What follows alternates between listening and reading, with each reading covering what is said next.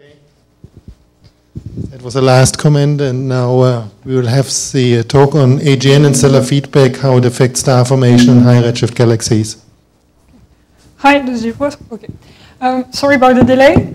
Indeed, I'm going to talk about AGN and stellar feedback and how they affect star formation in redshift 2 galaxy simulations. So I will first talk about only AGN feedback in the form of thermal and radiative AGN feedback, and then I will talk about outflows generated by AGN, supernovae, and young stars. So here are the Ramses simulations that we use, and I will focus on this one here. And so, as you all know, low redshift disk galaxies and high redshift disk galaxies look quite different. So high redshift disk galaxies do not have the typical spiral shape. They have more gas, they have more clumps, and they are more unstable than their low redshift counterparts. So the main question we wanted to address here is, do AGNs quench star formation? But as you can see, it's not quite the question that I'm asking here. It's, do AGN outflows quench star formation? And actually, we already... What did I do?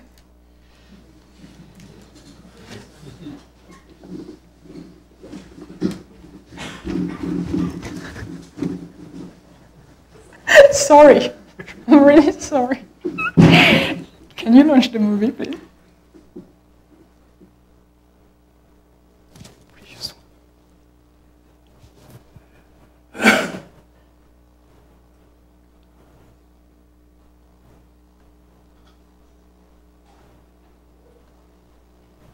Okay, so sorry about that. I promise my work isn't that messy. So here you can see the galactic disk AGN, and in this Ramses simulation, the maximal resolution is 6 parsecs, which means that the giant molecular clouds where stars form are resolved. So as you can see, thermal AGN feedback generates high velocity winds with mass outflow rates of 10 to 100% of the star formation rate. But despite the presence of these powerful winds, you can see that the galactic disk is still there. And actually, with this plot, you can see the temperature and the density as a function of the outflow velocity. You can see that the gas in the outflow is actually very hot and very diffuse, and so we are not expelling the star-forming phase. And therefore, we can say that AGN outflows don't quench star formation. But we still want to answer the main question, do AGNs quench star formation? And then I will focus about AGN photoionization. So thermal AGN feedback is quite standard, but the method to compute photoionization is new. So we post-processed several snapshots of our simulations with the radiative transfer code cloudy, and we looked what happened in the disk in terms of AGN radiation and impact on star formation. So here you can see an edge-on view of the galaxy. This is the density, and this shows the ionization fraction of hydrogen for 3 different AGN luminosities. So what is important here, color means ionized, black means neutral. And even in the quasar regime, you can see here that the galactic disk remains entirely neutral. So the bottom line shows the density of star formation rate before and after radiative transfer, and you can see at large scale, there's no effect. So that's why we will zoom on the center and change the view. So now you're looking at the galaxy face on. So these are the bases of the ionization cones. And here, the effect on star formation is visible. So you can see here a thin layer of star-forming regions, of diffuse star-forming regions, has been prevented from forming stars. And by this, I mean that it has been heated above the temperature threshold for star formation inside the simulation. So this layer of prevented from forming stars regions is thicker for higher AGN luminosity, and for a quasar luminosity, it's less than 1 kiloparsec, so it's small.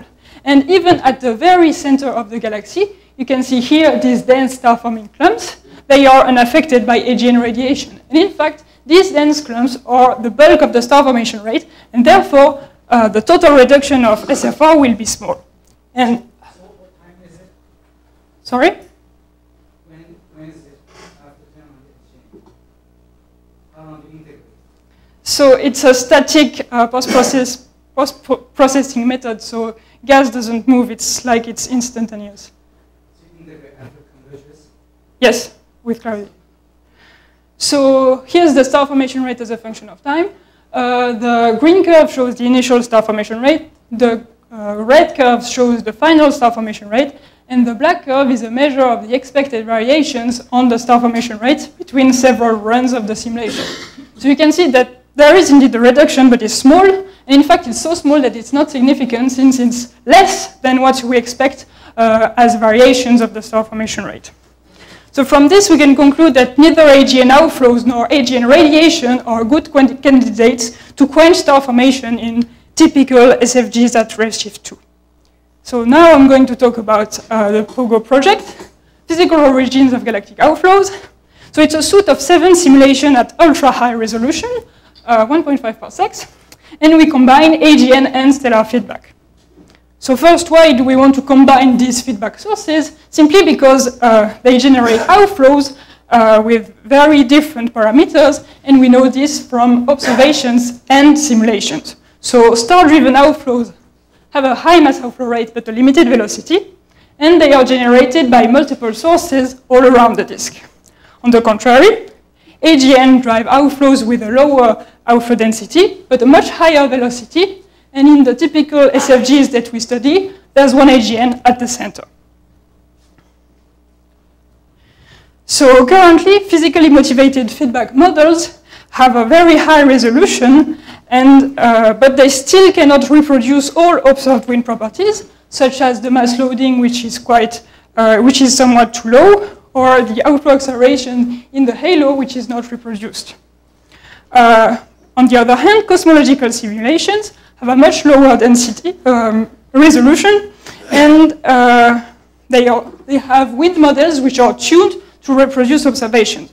So they cannot explain the origins of physical outflows, but they are meant to study their large-scale effects on the AGN.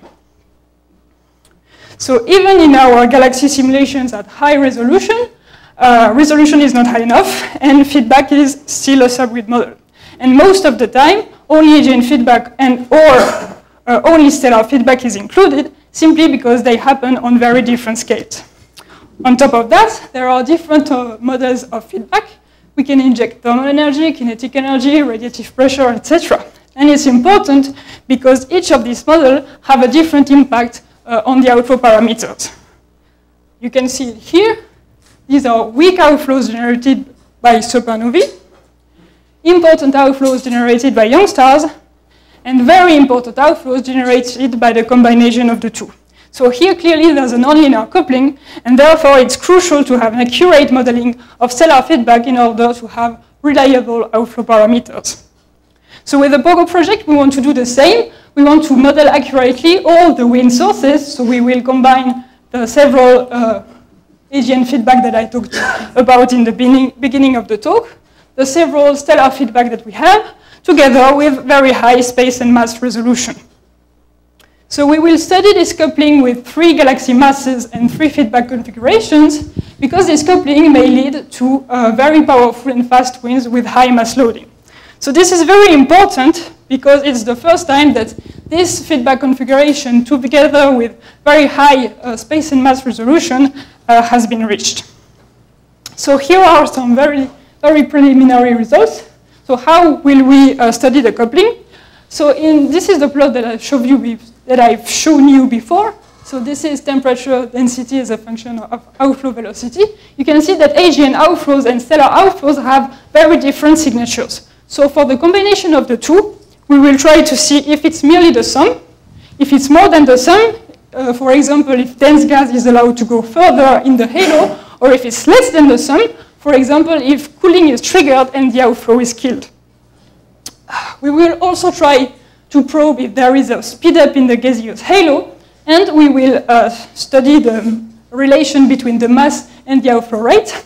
So in the 3 cases, we expect that there will be a high outflow rate, but both at the low mass end and the high mass end, one of the feedback processes could start to dominate, leading to even higher outflow rates. So this could generate mass loadings, which can be in principle compatible with the observed IgM density. So we are not sure about the coupling, and these super dense and super fast outflows could not be produced. Anyway, this would be interesting too, because we would have to find other sources that create these outflows. If there is no more outflow, we will have to find what kills them, and we will have to check other nonlinear effects. So to conclude, AGNs do indeed affect their hosts, but they don't affect the star forming phase. And therefore, we can say that AGNs with their outflows and their ionization are a good way to remove mass from the galaxies, but not to quench them. However, this conclusion could change with an accurate modeling of the combination of stellar and AGN winds, and therefore you have to stay tuned for the results of the BOGO project. Thanks for your attention. Thank you.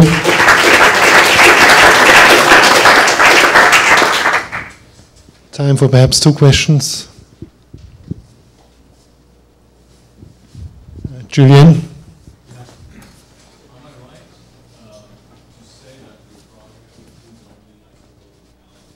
Yes, sure. I'm not precise, but yes.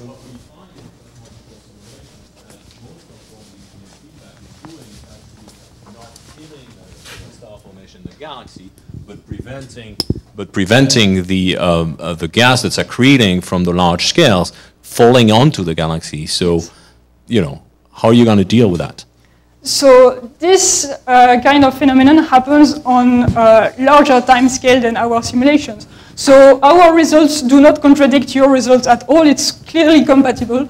So it's just that before this quenching due to maintaining the halo hot, we can say that AGNs do not actually destroy in-place star formation.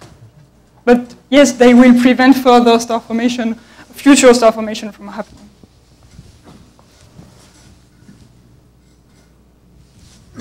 Okay, thank you.